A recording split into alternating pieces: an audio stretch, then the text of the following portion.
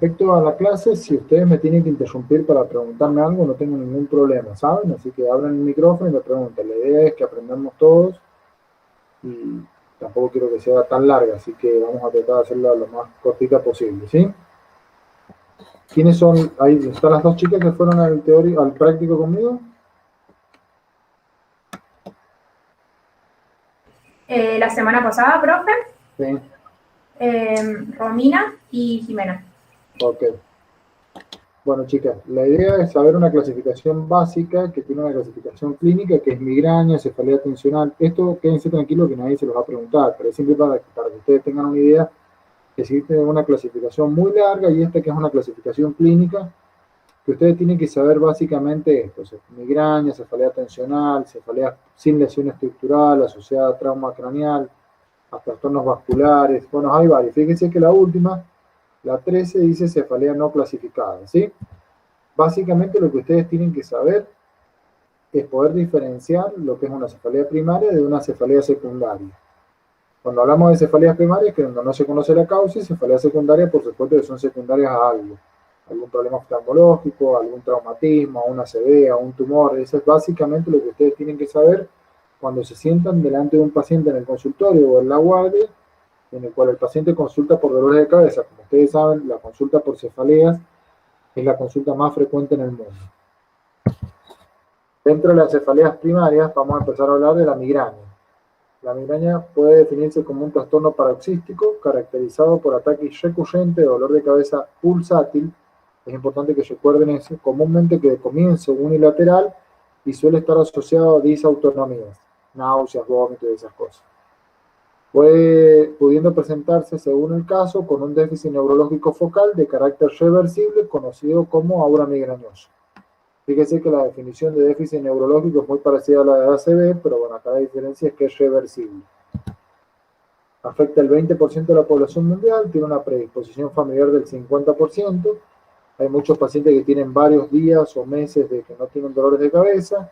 Es de comienzo juvenil y la incidencia es mucho mayor en hombres que en mujeres en relación a 3 a 1.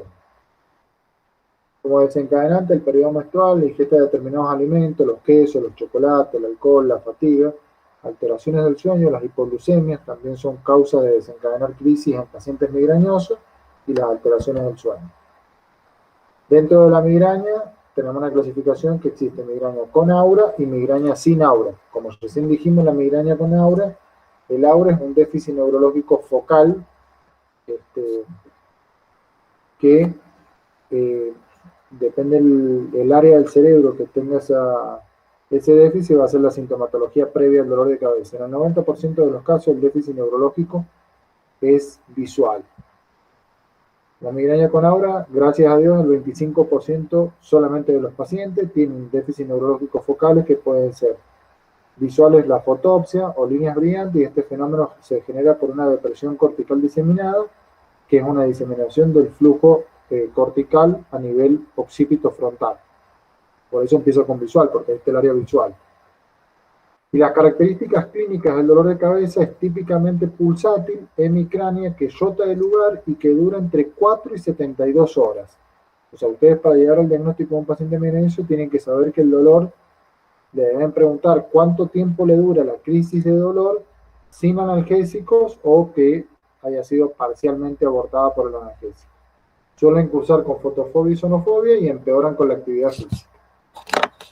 La migraña sin aura es la más común de todas, tiene las mismas características clínicas, o sea, dolor de cabeza pulsátil de más de 4 horas, náuseas y vómitos, cursa con foto y sonofobia, pero no tienen el aura. La migraña hemipléjica es una variante de la migraña con aura. Acá el aura es motor. Es una debilidad reversible que pueden tener también alteraciones sensitivas o lenguaje difásico. Ustedes, a ver las chicas que estuvieron conmigo en el práctico, ¿qué es lo que es una fascia? ¿Se acuerdan? O cualquiera de los chicos que esté conectado, que se acuerde qué es lo que es una fascia.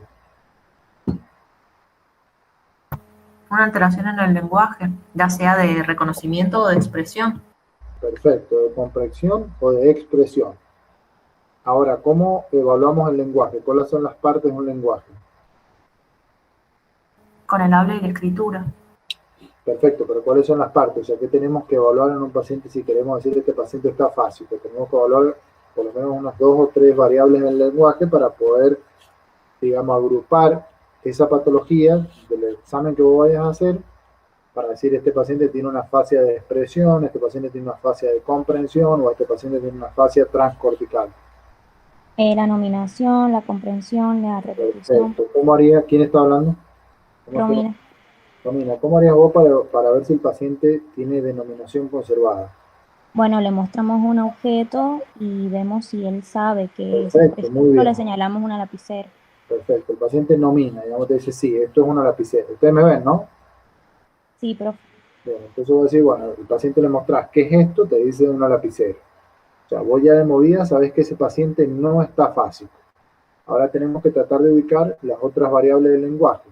Por ejemplo, la repetición. Le decimos, diga pelota. Repite, pelota. Diga bandera, bandera. Entonces vos decís repetición conservada. La otra es la fluidez del lenguaje, la cantidad de palabras que puede llegar a decir en un minuto. ¿Sí? Sí. Bueno. Después tenemos la migraña basilar o de tronco cerebral. Esta es una variante de migraña con aura que puede presentarse con vértigo, disartria, diplopía, hipoacusia, tinnitus y ataxia. Suelen presentar parestesias bilaterales, disminución del nivel de la conciencia, síntomas visuales simultáneos en ambos campos nasales o temporales. No sé si han visto algunos pacientes. Antes se llamaba migraña vestibular, no sé si la recuerdan. Ahora se llama migraña basilar o de tronco encefálico. ¿Sí? Entonces, básicamente tener que definir qué es lo que es una migraña y cómo se clasifica. En aura y sin aura. Las con aura tenemos las más comunes. Hay otras más que yo no se las quise poner porque es medio complicado. Pero bueno, existe la migraña retiniana, la migraña oftalmoplégica, que son variables digamos, más difíciles de ver en la práctica diaria. El diagnóstico de migraña es un diagnóstico clínico, tiene una exploración semiológica y los estudios complementarios. Dentro de las neuroimágenes, uno le tiene que pedir una tomografía, una resonancia, una angioresonancia con la idea de descartar cefalea secundaria, no por el diagnóstico de la migraña. El diagnóstico de la migraña es clínico. ¿Esto tiene papel y lapicera? Anoten porque es importante. Las complicaciones de la migraña. La migraña crónica se trata de un paciente migrañoso que tiene por lo menos 15 crisis al mes durante los últimos 3 meses del año sin tener abuso analgésico. El estado migrañoso se trata de un ataque que dura más de 72 horas. Esto se llama estatus migrañoso. El aura persistente sin infarto serían los síntomas del aura que persisten por más de una semana sin evidencia de infarto en la neuroimagen. O sea, es un paciente que te consulta porque tiene, no sé, una maurosis o una hemianopsia del lado derecho y es un paciente migrañoso conocido que tiene una migraña con aura visual y tiene el aura prolongado que le ha durado 5 o 6 días, vos le pedís una resonancia y la resonancia no tiene cambio en difusión, por lo tanto ese paciente lo que tiene es una complicación de su migraña, que es una aura persistente pero sin infarto cerebral. Después tenemos el infarto migrañoso, los síntomas del aura persisten por más de una hora y vos le haces una resonancia. Ustedes han visto imágenes, ¿verdad? ¿Usaron imágenes? Estamos viendo ahora. Bien. ¿Han visto resonancia de la secuencia por difusión o todavía no han llegado a eso? Deberíamos estarlo viendo, pero hemos tenido problemas con eso. Ah, bueno, escucha. Cuando vos le haces una resonancia, vos tenés varias secuencias, un T2, un FLAIR, un T1. Bueno, hay una secuencia que se llama difusión ADC-MAP. En la difusión, cuando está hiperintenso, se produce una retención de los movimientos de líquido a través de la imagen. O sea, lo que te ve se ve muy brillante, se ve hiperintenso. Eso te habla de que hay un infarto cerebral con la caída de la ADC-MAP. Entonces vos le haces una resonancia donde ves que en la difusión hay un brillo, vos decís, bueno, este paciente tiene un infarto migrañoso. Como ustedes saben, la migraña es un factor de riesgo para accidente cerebrovascular en pacientes jóvenes. Después hay otra complicación de la migraña, son crisis epilépticas activadas por la migraña. La epilepsia puede ser disparada por la migraña, las crisis deben ocurrir durante o dentro de una hora de comenzado el ataque migrañoso. Vamos a ver ahora cefalea en racimo.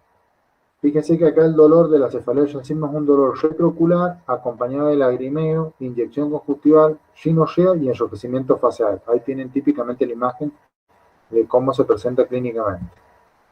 Las características: es muy común en los hombres, la edad de comienzo entre los 30 y 40 años de edad, la frecuencia de crisis 3 a 8, altera periodos de cambio que pueden durar meses o años, por eso se llama cefalea de yacimo o acuminada. Es un dolor intenso, nocturno, orbitario, supraorbitario temporal.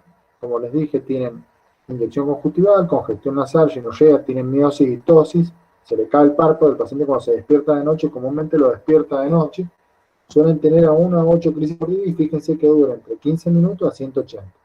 El alcohol lo desencadena y se supone que durante la crisis hay un aumento de histamina. El diagnóstico diferencial, y bueno, tenemos que saber la diferencia de la mirada, que es comúnmente en hombres, que cursa con agrupamiento. Eso significa que los pacientes migrañosos típicamente tienen dolores de cabeza en forma recurrente. En cambio, los pacientes con cefalea en yacimo o cluster, que así se llama, suelen tener meses sin dolor. Por eso se llama yacimo. Fíjense lo que es un yacimo. ¿Han visto un yacimo alguna vez en su vida? Fíjense que arriba del yacimo tiene un montón de uva y después como que se va achicando hacia abajo. Bueno, así es la cefalea en yacimo. Cursa con muchas crisis, van disminuyendo y después pasan meses o años sin dolor hasta que vuelve el dolor. El paciente durante la crisis, comúnmente son nocturnos y lo despierta, tiene un estado de ansiedad terrible. La hemicrania paroxística sería más o menos parecida a la cefalea en yacimo, nomás que predomina en mujeres, estrictamente unilateral. Acá fíjense que el dolor de cabeza también es pulsátil, pero la duración es menor. Suele durar entre 2 a 30 minutos y es estrictamente unilateral. La migraña comienza acá, dura más de 4 horas y rota de lugar. El paciente te dice, me duele acá, después me duele acá, después me duele acá, ¿sí? Y uno puede hacer una prueba que se llama con indometacina. ¿Ustedes saben lo que es la indometacina?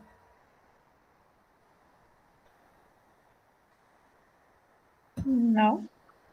Un analgésico. Exacto, es un antiinflamatorio no esteroideo. Entonces vos le das indometacina y la verdad que el paciente anda espectacular.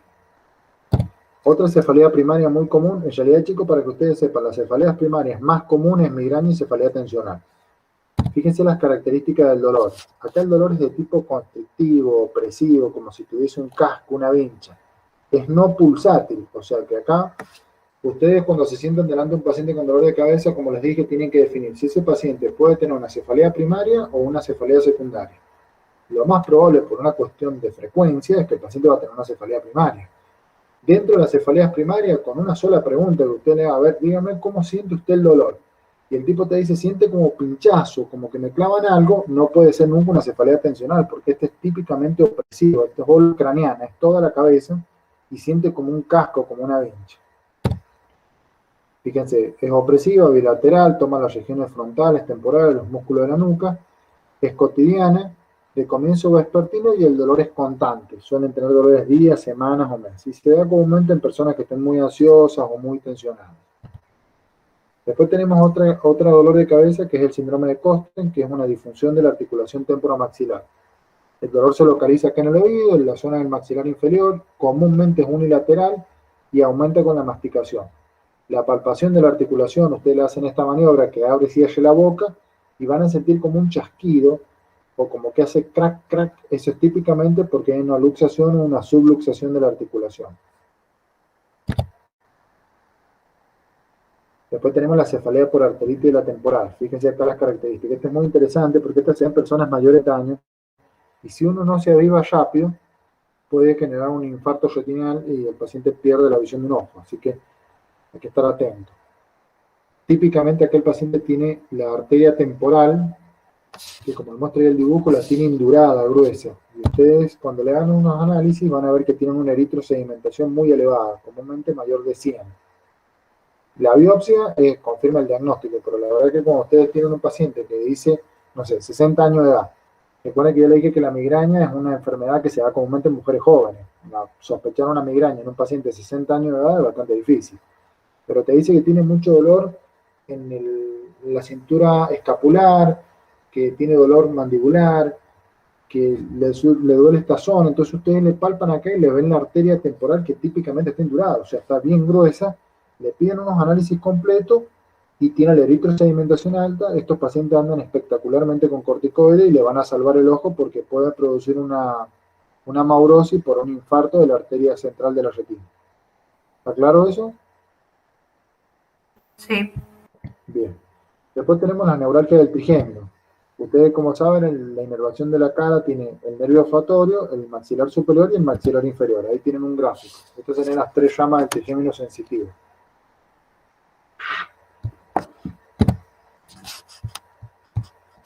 Los dolores son espontáneos, localizados en uno o varios trayectos del nervio. El dolor es quemante, lacerante, intenso. Fíjense que acá el dolor no es de características pulsátiles, sino es neuropático. Tiene que durar de pocos segundos a 2 minutos. Eso se llama neuralgia del trigémino idiopática, pero si dura más de 2 minutos, se llama neuropatía trigeminal.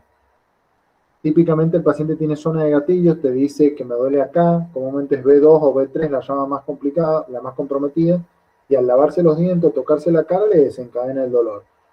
La mayoría de los pacientes, ¿ustedes han tenido oportunidad alguna vuelta de ver una neuralgia del trigémino en algún paciente?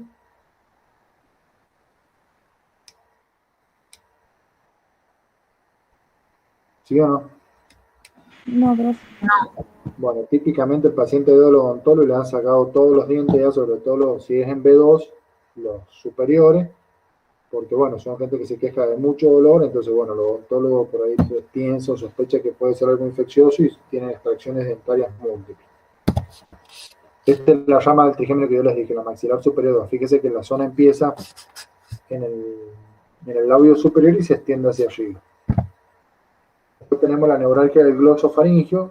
Esto es una patología muy poco frecuente, pero yo la verdad que en mi vida creo que tengo 3, 4 pacientes y es bastante sintomática. Fíjense cómo es el dolor. Bueno, ustedes saben que el glosofaringio es un nervio mixto, la parte motora inerva los músculos faringios de la deglución y la sensibilidad del oído medio, la faringe, la raíz de la lengua y el gusto del tercio posterior. Ustedes saben cómo se inerva la lengua, ¿verdad? ¿Alguien me lo puede recordar?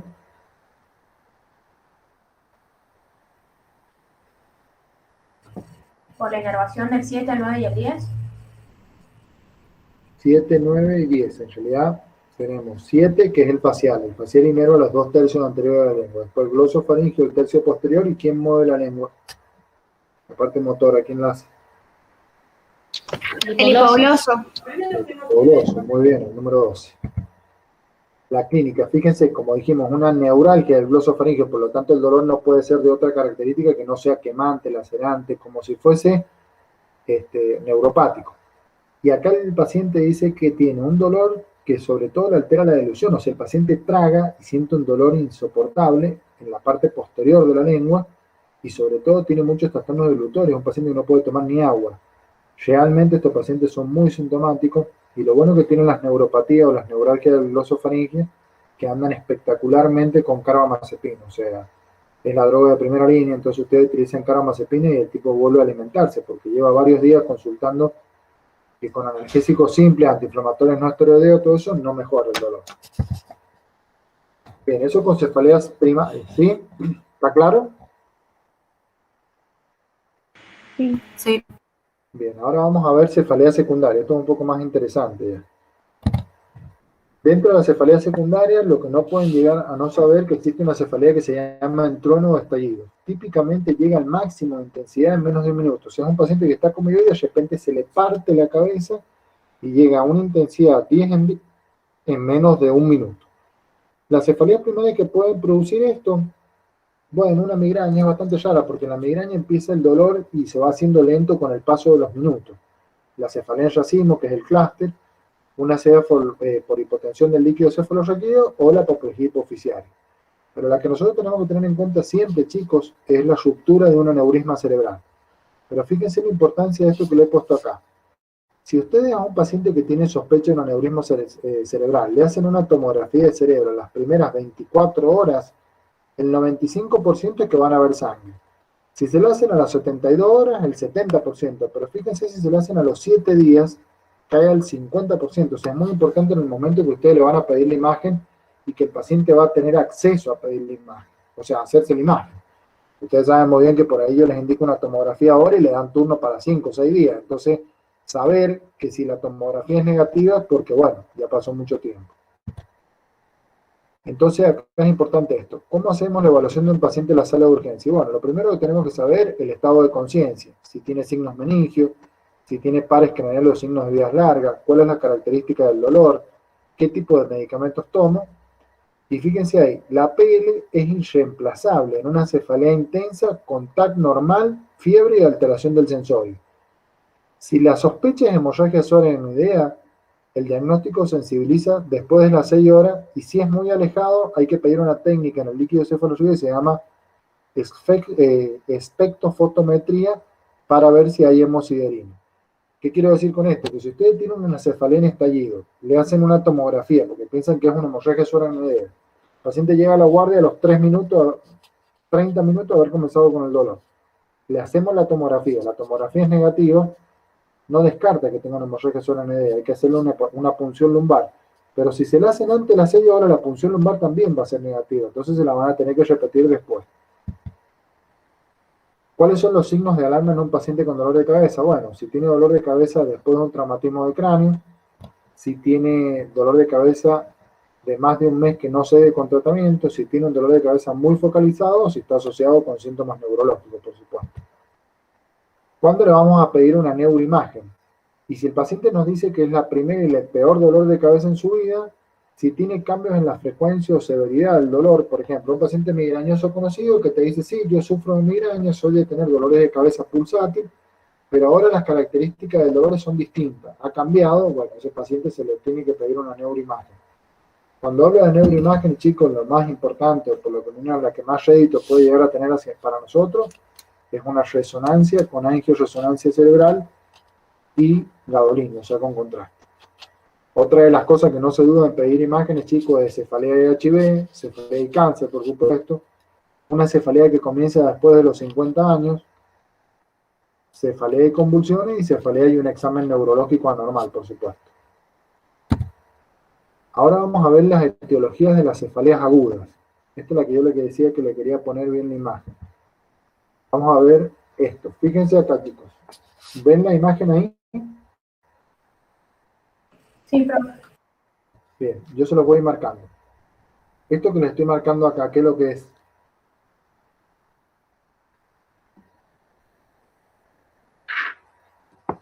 Se lo voy a marcar acá de este lado. ¿Qué es lo que es esto? ¿Alguien sabe?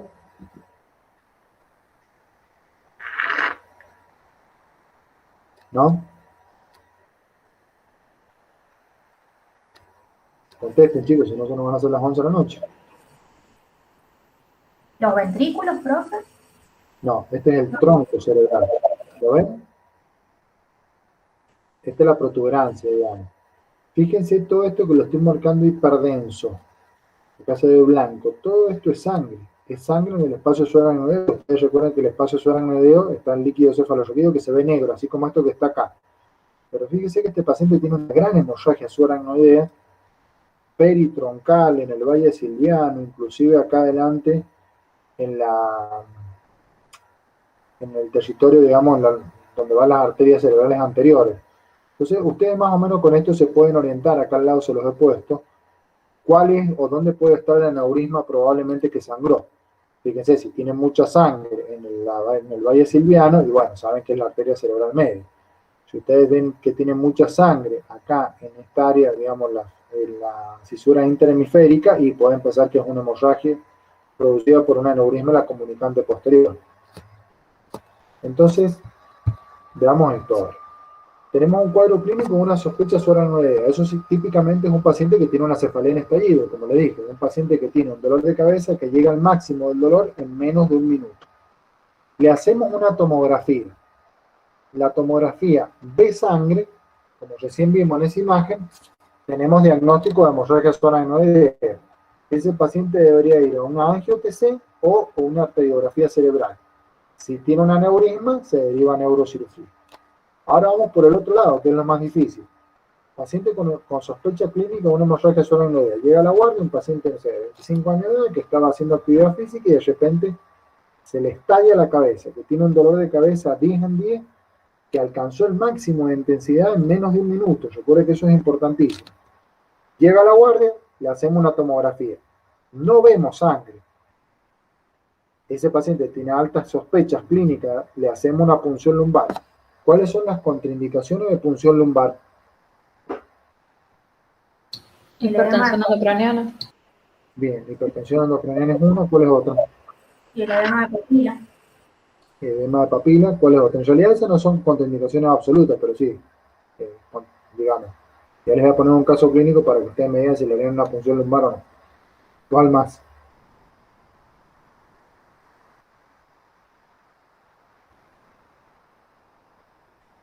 Por ejemplo, ¿qué le piden a cualquier paciente antes de hacer un procedimiento quirúrgico? ¿Alguna de ustedes la han operado de algo?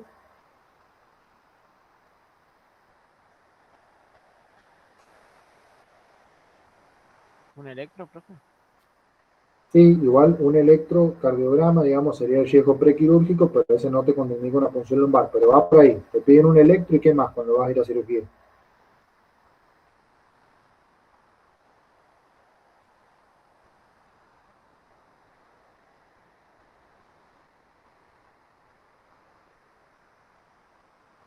¿Nunca han operado a nadie de ustedes, chicos?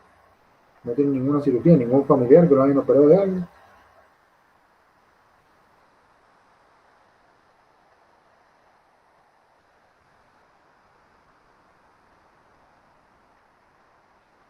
Bueno, acá nos hemos quedado hasta que piense. Disculpe que sea jodido, pero la verdad es que no soporto que no piense. A ver, dígame alguno, hable alguno. ¿Algún familiar suyo? Todo lo que sea que el paciente esté inestable sería una contraindicación para la punción. Pero para, no vamos tan lejos, mira. ¿Quién habla? Priscila, pero escucho medio entrecortado, me están dando. ¿Ahí me escuchas bien, Priscila, ahora? Sí, ahora sí. Mira, Priscila, ¿tenés algún familiar que lo hayan operado de algo? No sé, a una tía, a un sobrino que le hayan operado el apéndice, la vesícula, algo. No. Bueno, pero ¿Algún bueno, trastorno de coagulación, profe? exacto. Siempre le van a pedir un laboratorio al paciente antes de hacer una punción lumbar, porque si tiene un trastorno de la coagulación, una plaquetopenia, un TP bajo, un KPTT alterado, no le pueden meter la aguja en la espalda. Y la otra contraindicación, piensa en esto: si yo le voy a hacer una punción lumbar, que eso se hace más o menos en el cuarto y quinto espacio intercostal, en el cuarto y quinto espacio lumbar, si yo tengo en la sitio de punción una infección, contraindica una punción lumbar. O sea, por ejemplo, hagamos cuenta que tiene una escara el tipo, tiene una herida reciente y no puede hacer una punción lumbar ahí, ¿sí? Esa sería otra de las contraindicaciones. Ahora, chicos, lo que quiero es que veamos la otra diapositiva, pero no sé cómo vamos a hacer para verla. Fíjense si yo la abro, si la ven ahí. ¿Ven eso? No, profe. No, no se abre. Y ahí no ven nada. ¿Qué es lo que quiere hacer? ¿Mover la fotito? No, quería ponerlo primero la diapositiva y después ver la foto. Sí, la foto la puedo mover por el costado. Si no, mueva la fotito y... Sí, pero el chiste era que vieran la foto después. Pero bueno, no importa. Una de las cefaleas secundarias es una trombosis venosa cerebral. Fíjense que acá el dolor de cabeza es nuevo, con o sin signos neurológicos, o sea, puede estar sin nada. Pero la cefalea está en el 80 al 90%. Es progresiva, severa, difusa. Comúnmente cuando uno tiene una hipertensión intracraniana tiene un sexto par. La resonancia y angioresonancia muestran la trombosis y es más frecuente en mujeres o en el embarazo. Fíjense acá. Ahí yo les estoy marcando. ¿Cómo se llama este seno que les estoy marcando acá? Donde está todo ese trombo, ¿lo ven? Ese seno se llama seno longitudinal superior. Es una gran vena del cerebro. Ahora vamos a ver otro. ¿Se acuerdan que recién le dije la cefalea por baja presión del líquido cefalorraquídeo? Bueno, acá el dolor es sordo, difuso, empeora dentro de los 15 minutos después de sentarse o pararse y mejora con reposo. Acá típicamente el paciente, por ejemplo, le hicimos una punción lumbar porque teníamos sospecha que tiene meningitis. Y después los otros 2 o 3 días te dice que le duele mucho la cabeza y que cuando se incorpora y va al baño se le parte la cabeza, pero cuando viene y se acuesta se le pasa. Esa cefalea se llama cefalea asociada a baja presión del líquido cefalorraquídeo.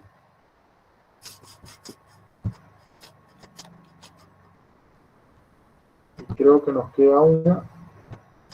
Este es interesante. Por eso les dije que no siempre el edema de papila es un cuadro de contraindicación de punción lumbar.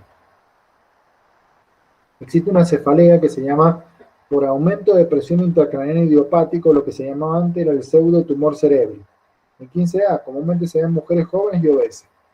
Tienen cefaleas diarias, no pulsátil, ahí está el diagnóstico diferencial con migraña. Fíjense que tienen edema de papila bilateral, tienen defecto visual progresivo, tienen parecio parálisis de un sexto par, y acá le hacemos una punción lumbar, pero chicos, la punción lumbar se la vamos a hacer una vez que ya tengamos una resonancia magnética del cerebro y angioresonancia, o una tomografía con angio-TC que haya descartado una trombosis venosa. Y en ese paciente le podemos hacer la punción lumbar a pesar de que tenga un edema de papila bilateral o a pesar que tenga signos clínicos de hipertensión intracraneana, siempre y cuando tengamos una neuroimagen que haya descartado alguna lesión estructural. Fíjense que la presión es mayor a 25 o 200 en pacientes no obesos, pero tiene que tener las características del líquido cefalorraquídeo normal. El tratamiento, bueno, ustedes no ven tratamiento, pero sepan que se le da acetozolamida, topiramato o corticoides. Y esta es la última, se llama cefalea por vasoconstricción reversible. Acá es una cefalea brusca bilateral asociada a un déficit neurológico focal transitorio o que dura 3 meses, suelen cursar con convulsiones. La neuroimagen, ven las arterias como ristra de salchicha, se llama, como si fuese una vasculitis. Tenemos los desencadenantes, fármacos vasoactivos, la cocaína, inhibidores de recaptación de serotonina. ¿Saben algún inhibidor de recaptación de serotonina? Dentro de ese grupo de drogas, ¿pueden nombrarme alguno? ¿Ustedes cursaron farmacología ya?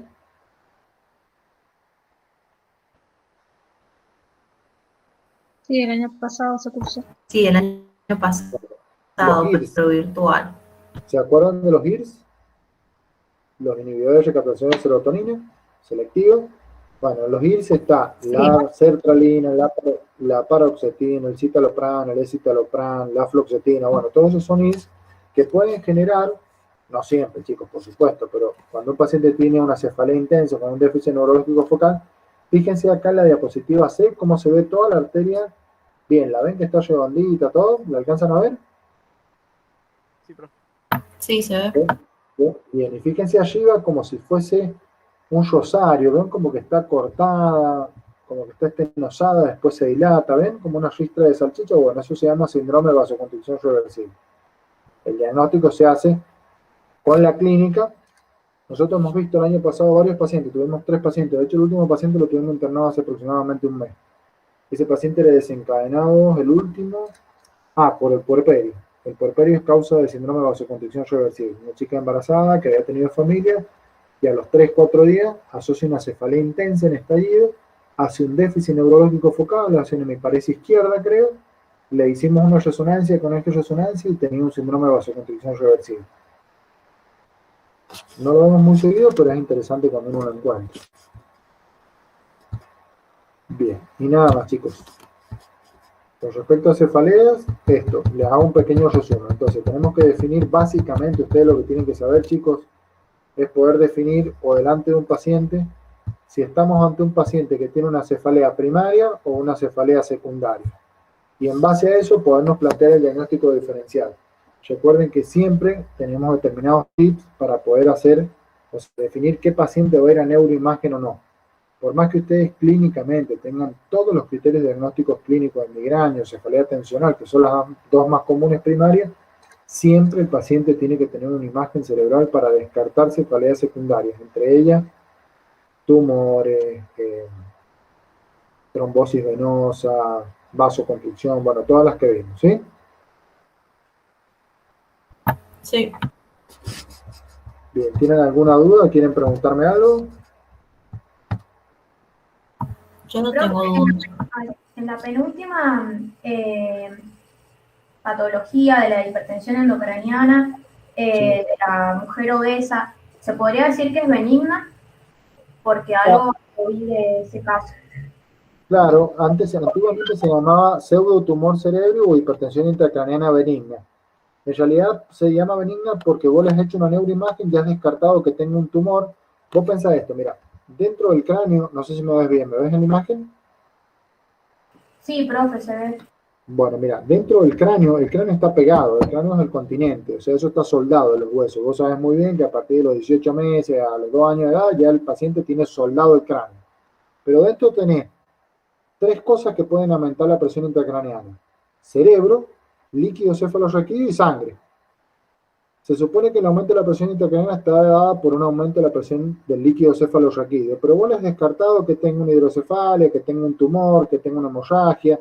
Entonces, por eso te animás a hacerle la punción lumbar. Fíjate que recién dijimos que el edema de papila bilateral contraindica una punción lumbar. En realidad no es tan así. Si yo tengo una neuroimagen de que el paciente no tiene ninguna lesión estructural en el cerebro y mi sospecha clínica es que tiene un aumento de la presión intracraneana o lo que se llamaba antiguamente un pseudotumor cerebri, le haces la punción lumbar y medís la presión de apertura.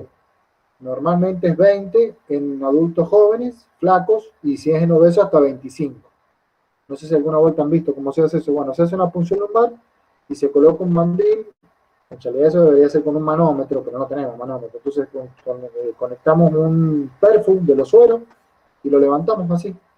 Y lo vamos midiendo. Y empieza a subir el líquido cefalorraquídeo y vos lo medís más o menos por centímetro.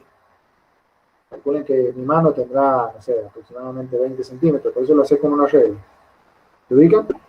Sí, ahí, o sea, en el libro de la gente dice que la normal es de 8 a 25 centímetros agua, la presión. Pero acordate que eso es, no es así. 20 milímetros de mercurio o 200 de agua, pero tiene que ser un paciente acostado, tranquilo, y si es obeso, te vas hasta 25. O sea, que tenga 22, un paciente obeso no te hace diagnóstico de aumento de presión intracraneana. Vos acordate, 20 o 200, depende de que lo vas a medir, 100 milímetros o en centímetros de agua, pero siempre medirlo en centímetros, 20 en flacos, acostado y tranquilo. Por supuesto que nunca va a estar tan tranquilo un paciente que le va a hacer una punción lumbar, pero que no esté excitado, que no esté ansioso. Y 25 en pacientes obesos. Genial. Y la otra pregunta era por qué, con respecto al edema de papila, es indicado hacer una punción lumbar, porque por ejemplo en la hipertensión endocraniana, como que manifiesta que si tiene edema de papila, que es una de las manifestaciones clínicas, no se puede hacer una punción lumbar, mientras que si en una meningitis, sí, porque por lo general no presenta edema de papila o algo así. Entonces, que no entendía bien esa parte. Bien, mira, esto es simple para que vos entiendas. Cuando vos tenés edema de papila, significa que el espacio subaracnoideo, o el único lugar donde puede, digamos, escapar la presión dentro del cerebro, dentro del cráneo, es a través de los nervios ópticos. Entonces, edema de papila significa que vos tenés una protrusión del disco óptico. Eso te habla de que la presión dentro del cerebro está aumentada. Si vos le haces una punción lumbar en el cuarto espacio intercostal, te voy a mostrar una imagen, lo que podés lograr es que el paciente, te voy a mostrar esta imagen, se le enclave las amígdalas cerebelosas y le provoca una disfunción de tronco encefálico. Mira acá. Claro, pero que yo quería saber por qué en una sí, por qué cuando en la hipertensión endocraniana está contraindicada la punción, mientras que en la meningitis como que por lo general sí. Eso es lo que no entiendo. Primero que todo, en la meningitis no tenés aumento de la presión intracraneana, y segundo, es muy raro encontrar una meningitis que tenga edema de papila bilateral. O sea, vos vas a tener acá el nervio óptico dilatado, sobre todo la cabeza, el disco óptico, porque algo acá adentro lo está pechando hacia adelante. Y si vos le haces una punción lumbar acá abajo, donde te estoy marcando ya en el cuarto, quinto espacio intercostal, esto que es la amígdala cerebelosa, ¿la ves ahí a la amígdala?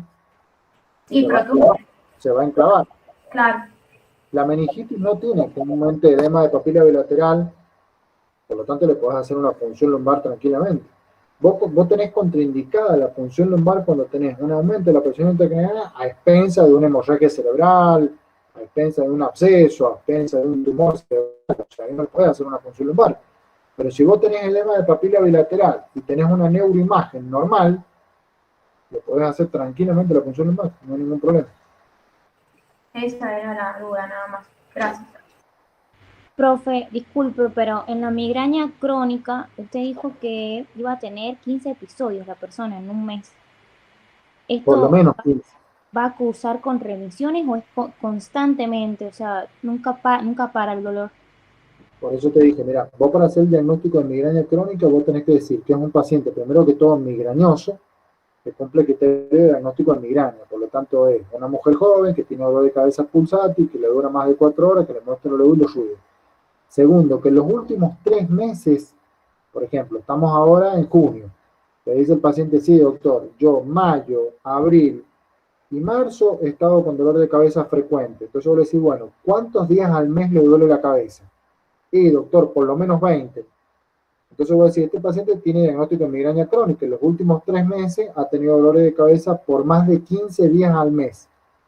Pero aparte, acuérdate que existe una cefalea que se llama cefalea por abuso de analgésico. Vos tenés que estar segura que ese paciente no tenga un abuso. Comúnmente los migrañosos son de tomar muchos analgésicos solos o combinados. Los combinados sería el Migral o el Tetragyl no. Ustedes saben que eso trae ergotamina, cafeína, metoclopramida y el ibuprofeno o la dipirona, depende si es Migral o si es Ibumigre.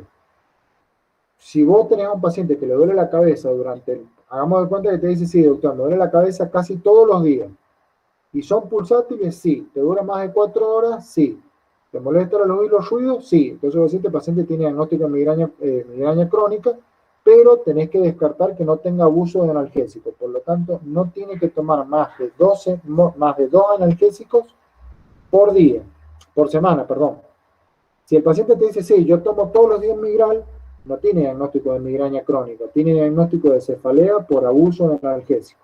Vos a ese paciente lo que tenés que hacer es suspenderle los antiinflamatorios, dejarle máximo 2 por semana, como máximo, para que no se esté muriendo de dolor, y lo citás a los 3 meses. Si el paciente ahí te dice que ha continuado con una frecuencia de dolores de cabeza elevada, te dice, sí, me ha dolido 20 veces al mes lo mismo, tiene diagnóstico de migraña crónica. ¿Me explico? Gracias, profe. Sí, se entendió. Bien. Acordate siempre, un paciente con cefaleas crónicas, es imposible que tome solamente 2 analgésicos por semana. Cualquier migrañoso común te toma, no sé, un Actron, un Tafirol por día. Sí. ¿Alguna otra pregunta, chicos?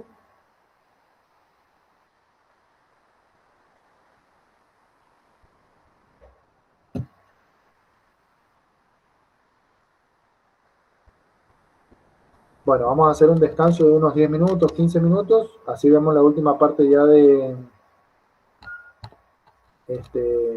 epilepsia y ya terminamos con estas 2 clases y ya nos queda una muy cortita que lo hacemos el jueves, ¿sí? Mañana, Profe, la clase que queda del jueves es del sistema nervioso periférico, ¿no? yo les tengo que dar neuropatía, miopatía y enfermedad de placa neuromuscular, que sería más o menos el jueves a las 20 horas, si Dios quiere.